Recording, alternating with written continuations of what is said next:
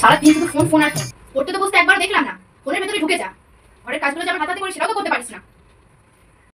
কি করতে বলো, আমি করে দিচ্ছি। তাহলে তুই এগুলো সব আগে রাখ, আমি একটু বাজার থেকে আসছি, এসে দেখি সব বাগানো হয়ে গেছে। ঠিক আছে, করে দিচ্ছি।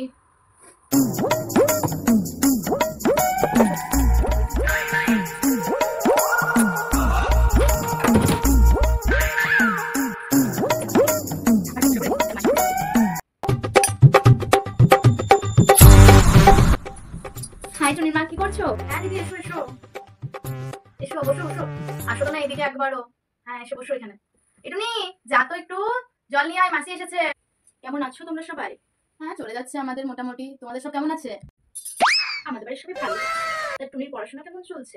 আর পড়াশোনার কথা বলো না, সকাল থেকে ফোন ঘাটে, শুধু একটা ঘরের কাজ করে না, বলি কাজ করবে না, একটু পড়তে বস, পড়তেও বসে না, আর এই না মাসি জল। কাজও করে না। এতবার বলেছি যে হাতে হাতে আমার একটু করে দে, আমি তো আর পারি না।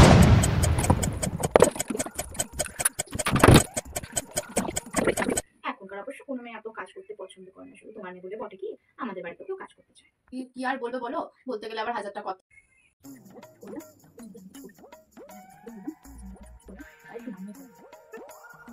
এনে মাসি জলটা রাখলাম এখানে।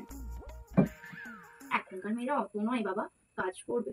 আগেকার মতো না কিন্তু কুলুপ টেটে বসে থাকবে, এখন সব বলবে ফারফার করে। এই বয়সে কি আমি আর অত পারি? একটু ঘর গোছানোগুলো তো করতে পারে, তাও করে না। নো ওয়ে টুনি মা, তোমার অতটাও বয়স হয়নি যতটুকু বলছি।